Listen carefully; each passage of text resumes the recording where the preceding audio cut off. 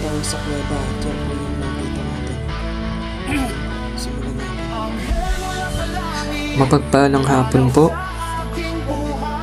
Alas 2 na po ng hapon kami nakapaghanting dito. Biglaan nga po eh. Yan, mapapansin nyo napakaraming malalaking bato. Dito po nakikita ang bulik. Kung tawagin ay bato o bulik po. Talagang swertihan lamang po ang makakakuha. Tsaka po kailangan ay magtiwala kayo sa inyong dalang gamit. Siyempre sa inyong sarili. Kaya po ang ano lang namin, hindi kami nakapagdala kahit martilyo para mas madali pong makuha yung hinahanap po namin ng mga bato o mumbulik at saka po ibang mutya. Mahirap din pong magkakalkal dito dahil nga po yan kapit na kapit yung mga bato. Siyempre kailangan hindi na rin kayo gagamit dito ng mga anumang orasyon, basta kahilingan na lamang na makakita kayo. Ayan, ito po yung isa kong nakita. May radar naman siya. Para siyang palikpik ano. Pero yun nga, pinakamahirap din pong hanapin dito yung bato o mumbulik dahil po siya ay nasa pinakaloob po niyang mga masisikip na butas. Yan po. Napaka kwan po nitong pag wala tayong pang tik-tik na ginagamit. Kaya po ginamit na lang natin itong matigas na kahoy na nakakawit. Hindi po agad basta-basta makuha po yan. Dahil nga po napakasikip ng butas na pinaglalagyan po ng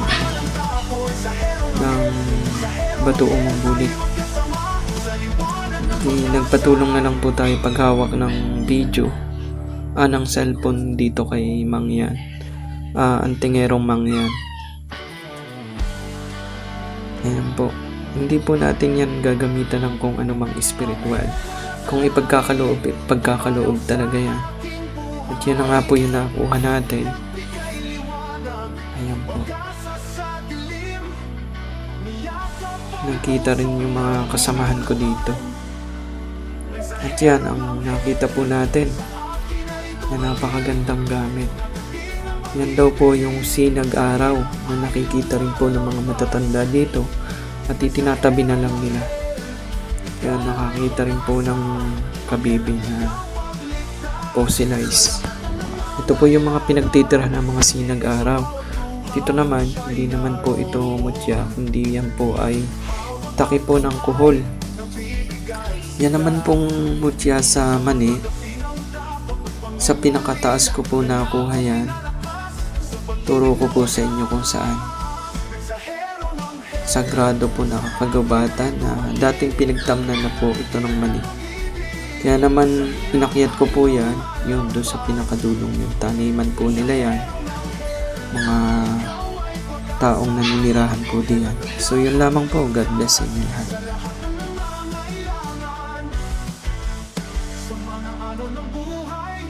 Hindi ako nag-iisa, may kasama akong anghel na nagmamasid sa akin. Hindi ako susuko, kasama ang aking apoy. Sa hirap aking hawak, walang iwanan tayo magkasama. Ngunit ang liwanag, minsan nalao, parang tuwing sa madilim na langit. Siya'y parating nandyan sa bawat hakbang ko.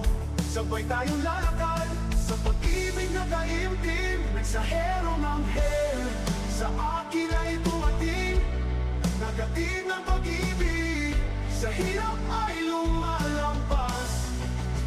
Mensaherong anghel, ikaw ay pag-asa, anghel na nagkapagligtas sa lahat ng nangangailangan. Mensaherong anghel, mensaherong anghel. Mensaherong anghel, mensahero